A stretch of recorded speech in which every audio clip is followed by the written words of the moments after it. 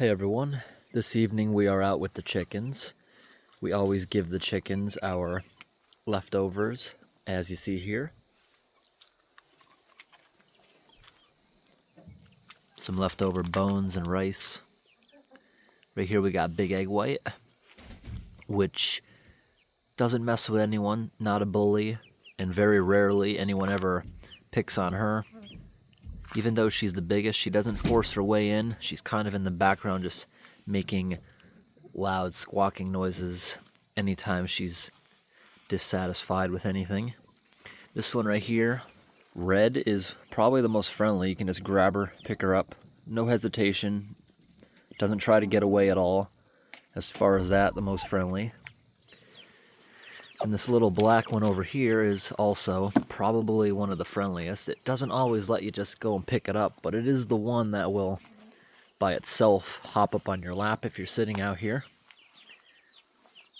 We're thinking two of the white ones there might become roosters. That's the most skittish and hard to get out of anybody. That one right there. But the babies are very friendly. They'll hop up on you. If you have food on your lap, they'll all be up on your shoulders, on your lap. Very friendly. Yeah, these are the two we think are probably roosters. There's a third one that's a maybe. We'll have to wait and see. This one right here we call Pretty. All the older hens, the old ladies, usually go to bed 2 hours before it gets dark. The little ones will be out here until it gets dark. But as soon as I threw food out, some of the big ones came down. She didn't come down on her own. I placed her on the ground just to come out and get some food. Then there's a few over here that are pretty cranky. This one's very cranky, sassy. I picked her up, put her on the ground. She went right back up here. Didn't even want food. Cheeks is probably one of my favorites.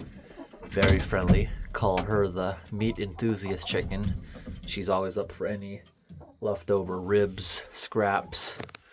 And those ones there, One Eye and Parasite, are also pretty skittish. But Parasite, the way she acts, has always been the hardest to pick up.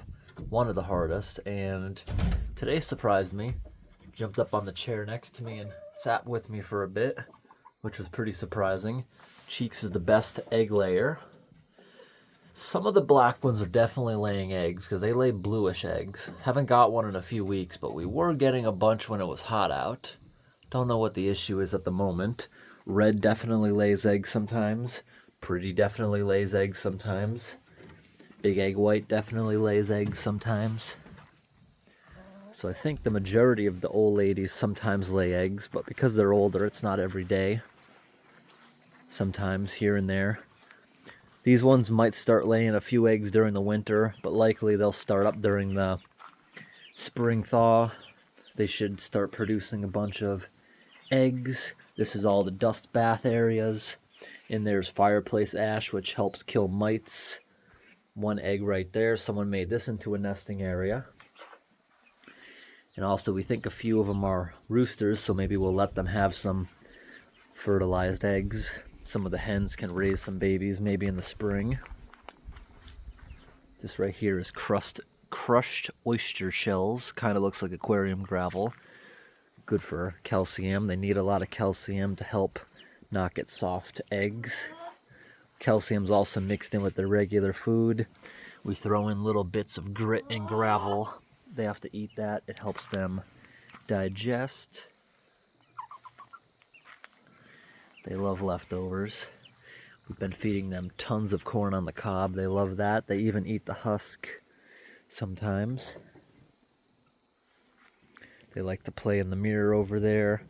Swing set the babies really like to sit on and on top of it. Sometimes I stick dead branches and they just like to pick the leaves off for fun, not really even eating it. Got a trail camera so we know what kind of predators come in here at night. Even have a clock out here, so when we're sitting out here, we know what time it is. So far, we've never had any real fights. The roosters are play fighting here and there, but they're not ripping out feathers, ever. The babies were being picked on at first, but now they're big enough that the big ones don't really pick on them too much. If anything, it's usually Cheeks when they try to steal their food. Or Cheeks sometimes gets territorial with food. We'll give him a big peck to get him out of there. There's the water bowl. We change it every other day. Food dispenser. Just layer mix. We throw all kinds of stuff out here though to supplement. This big feeder's just for when we're not home for like a couple days or a week or two at a time. They can all stay cooped up here in the hutch and still have food. In those times, we'll give them multiple water bowls. See how Cheeks is kind of like puts her neck down inside to keep warm. Starting to get some colder nights going. Red's always very friendly. This one sometimes, see, gets up, doesn't really want to be touched, tries to get away. But Red never wants to get away. Always lets you pick her up and hold her for as long as you like. Very friendly, the red chicken. The white one, once you get her in your arms, it's okay. See, she tolerates it a lot better. Pretty friendly. This is the one that's most hesitant to hand feed. If it's something she really wants, you can hand feed her. Other than that, literally everyone else is easier to hand feed compared to her. Basically everyone else, couple of the black ones, Parasite, will hand feed. I think it's One Eye that's hesitant. Sassy is hesitant, but they're a lot better than her. She does not like hand feeding, but she's being pretty friendly right now. She's looking to jump back up here. She likes to get the corner spot. She'll push and barge her way into the corner. The white one's always got to have that corner.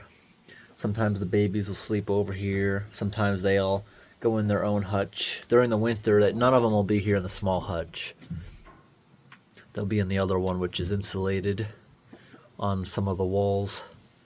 And then tarps will be hung up over all the screens, so there's no wind coming in and out during the winter. They don't require any heat source. If you do give them a heat source, it'll make their feathers not get as thick, so it's more of an issue when they go outside. Big issue if there's ever a power outage.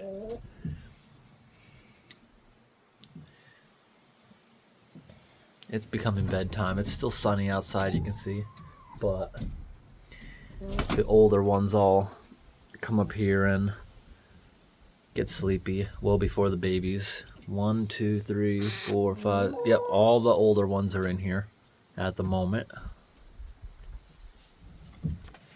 Looks like it kind of looks like everybody's full right here. They ate more than half of it though. So some of that I'll scoop up and put it on the floor of the hutch. So in the morning when they come out, waiting for someone to let them out, or if we don't let them out in the morning, they'll be able to eat that. The majority of it, instead of the raccoons climbing over the fence, is usually who cleans this stuff up. Sometimes the babies will choose to sleep with the adults, but today it looks like they're probably going to choose this coop over here. They oftentimes just huddle up on the floor. They don't always use the roosting area. They're out of food in here at the moment. I'm going to transfer some of it from the other pen.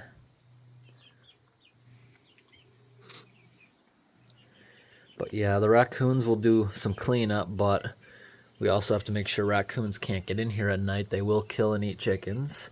And we also have things like fisher cats. Fisher cats kill just for fun, even if they're not hungry. Same with house cats. House cats will always kill, even if they're not hungry. They just kill for sport. Things like house cats, fisher cats, and I think maybe porcupine. I know porcupine will kill chickens. I don't know if it's just for sport or not. Raccoons might also do it just for sport. I'm not sure about them either. Coyotes, bears, all things to watch out about.